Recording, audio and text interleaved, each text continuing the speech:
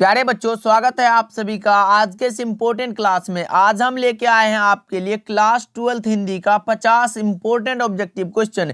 ये 50 ऑब्जेक्टिव आपके board exam के लिए बहुत ही ज्यादा इम्पोर्टेंट है, तो मेरा आप सभी से अनुरोध है कि इन सारे प्रश्न को आप जरूर याद कर लेना। अगर आपको आंसर पता होगा तो आप चैट सेक्शन में आंसर लगाते चलना। ओके, चलिए देखिए, पहला नंबर सवाल आपके सामने, आप लगाओ सही जवाब क्या होगा।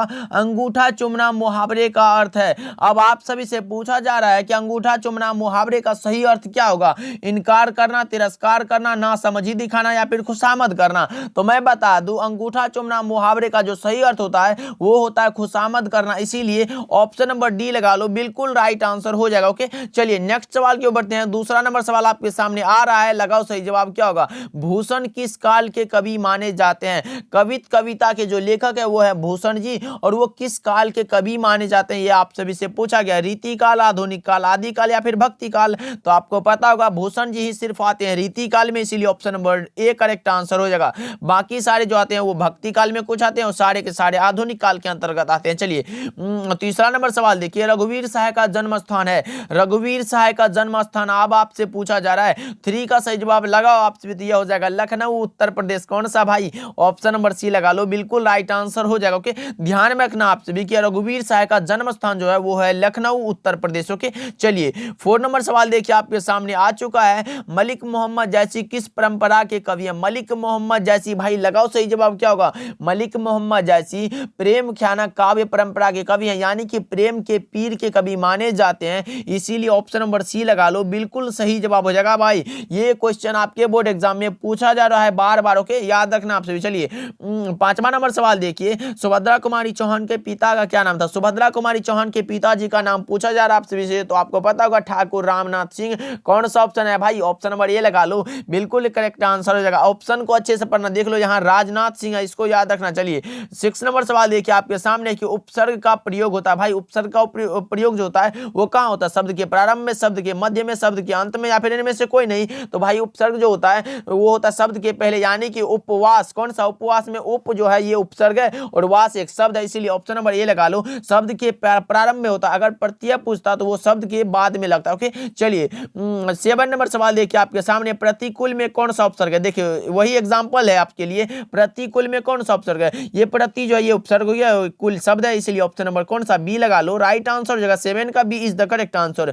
8 नंबर सवाल देखिए आपके सामने, जायसी का निवास स्थान कहाँ है। मलिक मोहम्मद जायसी, यानी कि जायसी से 2 क्वेश्चन आ चुका है। भाई लगाओ सही जवाब क्या होगा, मलिक मोहम्मद जायसी का निवास स्थान कहाँ है। तो आप लगाओ सर ये जायस कब्र अमेठी उत्तर प्रदेश में, जो कि ऑप्शन नंबर सी में दिया गया है, बिल्कुल ही सही जवाब है, लगा लो आपसे भी। चलिए 9 नंबर सवाल देखिए आपके सामने कि नाभादास जी किस धारा के संत थे। नाभादास भाई वैष्णव दर्शन के कवि हैं। कौन सा, ऑप्शन नंबर सी लगा लो जी, राइट आंसर होगा। 9 का सी बिल्कुल करेक्ट आंसर हो जाएगा। 10 नंबर सवाल को देखते हैं, घुटने टेकना मुहावरे का अर्थ होता है। घुटने टेकना जो मुहावरे का सही अर्थ होता है वो होता है हार मान लेना। कौन सा, option number A correct answer हो जाएगा। लेकिन अभी आप घुटने मत टेकना, क्योंकि आपको 1.5 मंथ यानी कि 1 महीने 10 दिन अभी बहुत मन लगा के पढ़ना है। ओके, चलिए 11 नंबर सवाल देखिए, मलयज का मूल नाम क्या था। मलयज का जो मूल नाम था वो क्या था, बताएंगे आप सभी। रमेश श्रीवास्तव, भरत जी श्रीवास्तव, सुधाकर श्रीवास्तव या फिर रामेश्वर श्रीवास्तव। तो आपको पता होगा कि मलयज का जो मूल नाम था वो था भरत जी श्रीवास्तव, इसलिए ऑप्शन नंबर बी सही जवाब हो जाएगा, याद रखना हमसे। चलिए 12 नंबर सवाल को बढ़ते हैं, the first and last freedom किसकी कृति है। The first and last freedom जो रचना है वो किसकी है, बताओ आपसे भी। 12 का सही जवाब, तो ये जय कृष्णमूर्ति की रचना है, इसीलिए कौन सा, ऑप्शन नंबर सी लगा लो जी, बिल्कुल सही जवाब हो जाएगा 12 का। ओके, चलिए 13 नंबर सवाल को बढ़ते हैं, शिवाजी के पुत्र का क्या नाम था। ये भी क्वेश्चन आपके बोर्ड एग्जाम में आया हुआ है। भाई लगाओ सही जवाब क्या होगा, शिवाजी के जो पुत्र का नाम था वो था कौन सा भाई, Sahu ji. Option number B right answer हो जाएगा, भाई लगा लो आपसे। चलिए 14 नंबर सवाल की ओर बढ़ते हैं, देखिए आपके सामने आ चुका है, मानव का विलोम क्या है। मानव का विलोम पूछा गया, यानी कि उल्टा शब्द पूछा गया है। मानव का जो उल्टा होता है वो होता है दानव, इसीलिए ऑप्शन नंबर बी सही जवाब हो जाएगा 14 का। ओके, चलिए 15 नंबर सवाल की ओर बढ़ते हैं। आप लोग भाई चैट सेक्शन में आंसर लगाते चलो, आंसर नहीं दिख रहा है भाई, चैट सेक्शन में आंसर एकदम लगाते चलो। देखिए बीजक के रचयिता कौन है, अभी तक आप लोगों ने क्लास को लाइक नहीं किया तो जरूर से करिएगा। बीजक के रचयिता कौन है भाई, तो कबीर दास, आपको भी पता होगा। कौन सा, ऑप्शन नंबर बी लगा लो जी, राइट आंसर हो जाएगा। 16 नंबर सवाल देखिए, अदरक शब्द है कौन सा भाई, स्त्रीलिंग है, पुल्लिंग है, उभयलिंग है या फिर इनमें से कोई नहीं। तो 16 का सही जवाब मैं बता दूं ये पुल्लिंग है, इसलिए ऑप्शन नंबर बी लगा लो, अदरक पुल्लिंग है, याद रखना आप सभी। चलिए 17 नंबर सवाल देखिए, गुस्सा शब्द क्या है, गुस्सा भाई गुस्सा ये पुल्लिंग है, ये भी पुल्लिंग है, इसलिए ऑप्शन नंबर बी इसका भी सही जवाब हो जाएगा। 18 नंबर सवाल की ओर बढ़ते हैं, देखिए आपके सामने है सिपाही की मां एकांकी के एकांकीकार कौन है। सिपाही की मां एक प्रकार का एकांकी है और इसके एकांकीकार का नाम क्या है भाई, तो सिपाही की मां एकांकी के एकांकीकार का नाम है Mohan Rakesh, option number B इसका सही जवाब हो जाएगा। ओके चलिए 19 नंबर सवाल देखते हैं आपके सामने, जूठन क्या है। जूठन भाई क्या है बताओ, कहानी है, उपन्यास है, रिपोर्टाज है या फिर आत्मकथा है। तो जूठन एक प्रकार का दलित आत्मकथा है जो कि ओम प्रकाश वाल्मीकि के द्वारा लिखा गया है, इसीलिए ऑप्शन नंबर डी इसका करेक्ट आंसर हो जाएगा। ओके चलिए 20 नंबर सवाल की ओर बढ़ते हैं, बातचीत शीर्षक निबंध के निबंधकार कौन है। बातचीत भाई एक प्रकार का निबंध है और इसके निबंधकार का नाम है बालकृष्ण भट्ट, कौन सा, ऑप्शन नंबर बी सही जवाब हो जाएगा जी, 20 का B is the correct answer. 21 number सवाल देखिए, जयप्रकाश नारायण का जन्म कब हुआ था। जयप्रकाश नारायण का भाई जन्म पूछा गया कब हुआ था, तो आपको पता होगा जयप्रकाश नारायण का जन्म होता है 11 अक्टूबर 1902 को, इसीलिए option number A correct answer हो जाएगा, याद रखना आपसे भी। चलिए और इसका निधन हुआ था 8 अक्टूबर 1979 को, इसको भी याद रखना। चलिए 22 नंबर सवाल देखिए, चित्ररेखा किस कवि की रचना। चित्ररेखा जो रचना है वो किस कवि की है बताएंगे आपसे भी, जयसिंह मुक्तिबोध, जयशंकर प्रसाद या फिर रघुवीर साय। तो चित्ररेखा जो रचना ये है मलिक मोहम्मद जायसी की, इसीलिए ऑप्शन नंबर ए लगा लो, 22 का A is the correct answer. 23 number सवाल देखिए आपके सामने कि अंकुरित में कौन सा प्रत्यय है। अंकुर जोड़ इत कौन सा भाई, ऑप्शन नंबर बी सी लगा लो ना जी, बिल्कुल करेक्ट, क्योंकि ये प्रत्यय लास्ट में लगता है, कोई पीछे शब्द बनेगा और उसके बाद प्रत्यय बच जाता है। चलिए 24 नंबर सवाल देखते हैं, नामवर सिंह किस पत्रिका के संपादक रहे। नामवर सिंह जी भाई आलोचना त्रैमासिक के, कौन सा, option number C correct answer हो जाएगा। चलिए 25 नंबर सवाल की ओर बढ़ते हैं, चक्रपाणी कौन सा समास है। चक्रपाणी में समास पूछा जा रहा है आपसे, से लगाओ सही जवाब क्या होगा।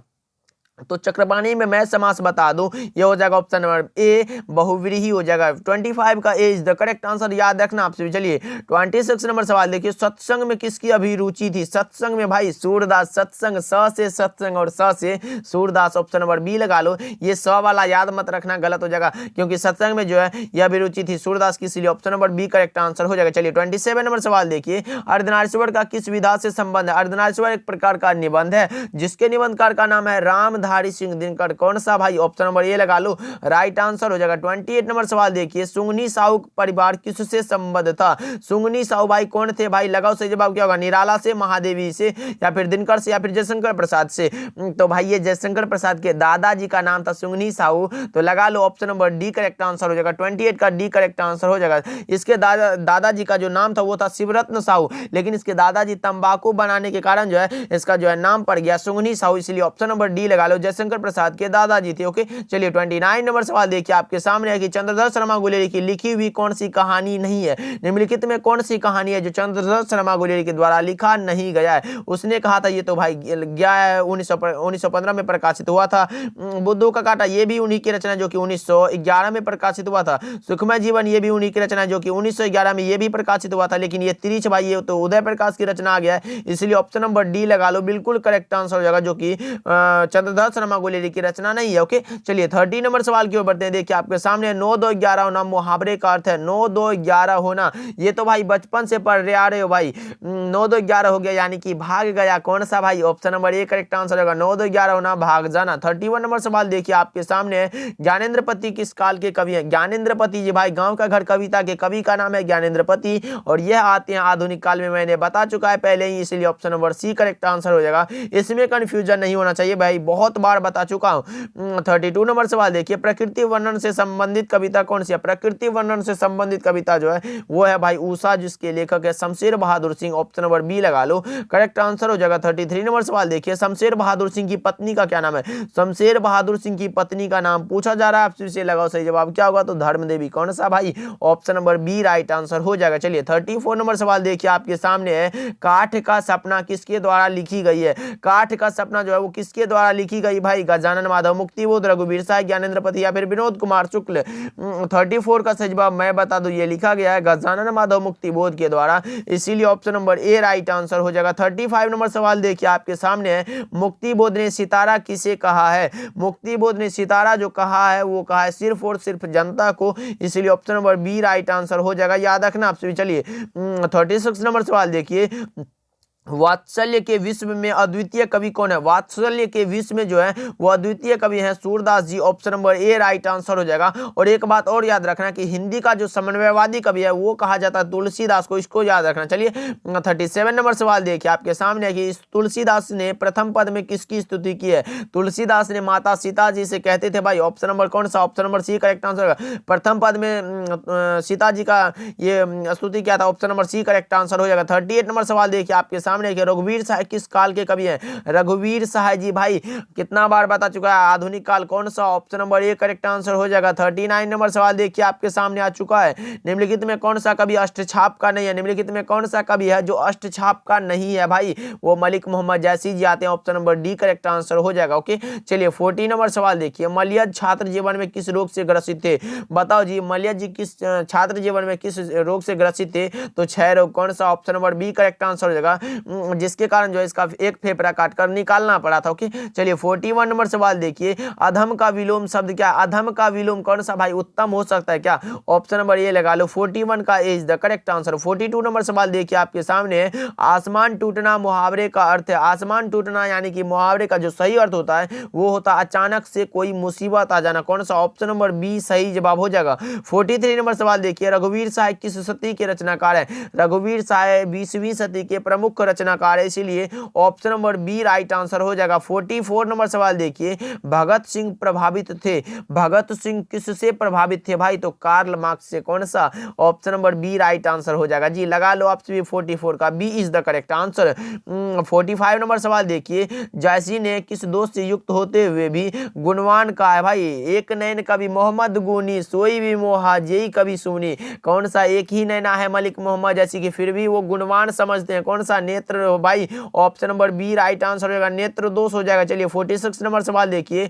जयप्रकाश नारायण को भारत रत्न की उपाधि दी गई थी कब भाई? भारत रत्न की उपाधि कब दी गई थी? तो यह दिया गया था 1998 में। कौन सा? 1998 में। याद रखना 46 का जो सही जवाब हो जाएगा वो हो जाएगा ऑप्शन नंबर बी। और एक और दिया गया था समाज सेवा के लिए दिया गया था 1965 में मैग्सेसे सम्मान। कब? समाज सेवा के लिए 1965 ईस्वी में मैग्सेसे सम्मान दिया गया था। इसको भी याद रखना, दोनों जो है बहुत ही ज्यादा इंपॉर्टेंट है। 47 नंबर सवाल देखिए। पुंडलिक जी कौन थे? पुंडलिक जी भाई गांव के शिक्षक थे, इसलिए ऑप्शन नंबर बी क्या हो जाएगा? तो सही जवाब हो जाएगा। 48 नंबर सवाल देखिए। जयप्रकाश नारायण के बचपन का क्या नाम था? ये क्वेश्चन भाई आपके बोर्ड एग्जाम में आया हुआ सवाल है। जयप्रकाश नारायण के बचपन का जो नाम था वो था बाउल। कौन सा? Option number D right answer हो जाएगा। 49 नंबर सवाल देखिए। सुभद्रा कुमारी चौहान का निधन कैसे हुआ था भाई? लगाओ सही जवाब क्या होगा?